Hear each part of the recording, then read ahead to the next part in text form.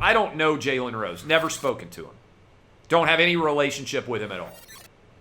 But he does and says a lot of dumb things, in my opinion, at ESPN, including today when he came on ESPN and he said that Kevin Love was a token because the NBA was afraid of having an all-black Olympic team. Now, we can get into whether or not Kevin Love is a very talented player or worthy of being on the Olympic team. By the way, how many players are actually interested in being on the Olympic team, particularly big men in general? But the problem with Jalen Rose's race baiting is the United States already had an all-black basketball team at the Olympics in 2016. So not only is he race baiting, and not only is he choosing to insult Kevin Love, but he's doing it based on a factual inaccuracy. And the reason why this matters to me is when you do television, there are a ton of people that are working on the program that could easily help you make sure that you get your facts right. I do television daily. I don't get every fact right. I try my best. But when I get something wrong on radio, television, whatever it is, I come back out and I say, my bad, I got a fact wrong. Because we can agree or disagree on opinions. That's all fair and valid. But when you have facts wrong, it means that your opinion should be less trustworthy. And the problem with America today is many people look at the end result and they don't follow the logic. And I've been saying this for years. And the analogy I've been using, and I think it's a significant one, is if I tell you Tom Brady's not going to win the Super Bowl this year, a lot of you out there might say, okay, I like the Chiefs. Maybe the Bills are going to make a run. Maybe you like Matthew Stafford and the Rams. There are a lot of different teams you can argue could end up winning the Super Bowl this year. But if I tell you I don't believe Tom Brady and the Tampa Bay Buccaneers are going to win the Super Bowl because Brady's never won a Super Bowl before, well, he's won 7. And that's a factual inaccuracy. So you might agree with my opinion about the Bucs not winning the Super Bowl this year in 2021, but you should trust me less because you know that my facts are wrong.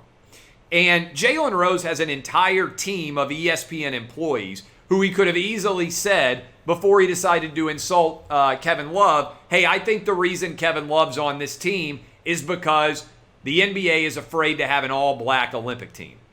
And then somebody at ESPN, if they were intelligent, which I hope some of the production assistants are, would have said, well, that's an interesting argument, Jalen.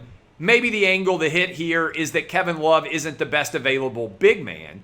But the flaw in your logic is the NBA has already sent an all-black Olympic team in 2016 down to Brazil. And so your argument doesn't have any validity whatsoever. In fact, it's factually wrong. And this is a significant issue because it goes to the culture that ESPN has created where factual basis and veracity does not matter.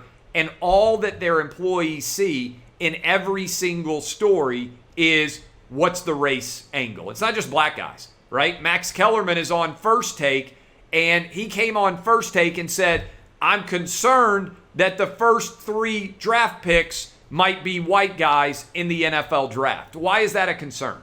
It didn't end up happening, by the way, because Trey Lance went number 3 overall, but he was concerned that the first 3 players might be white. Why?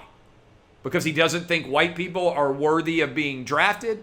Most people don't look at sports and see race. They see talent.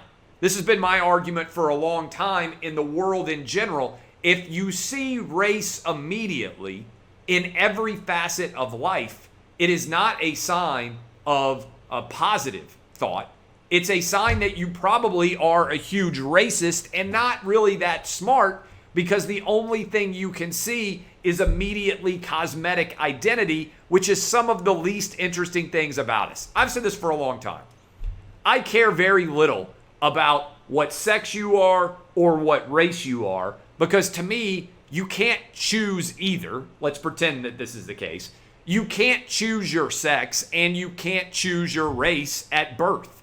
Those are identities that we all have at birth that we had nothing to do with.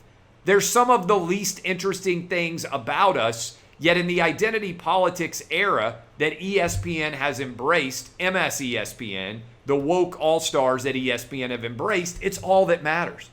And it strips away the fun and the excitement and the engagement of sports in exchange for identity politics, which has no redeeming benefits, so far as I can tell. And then it's also twinned with cancel culture.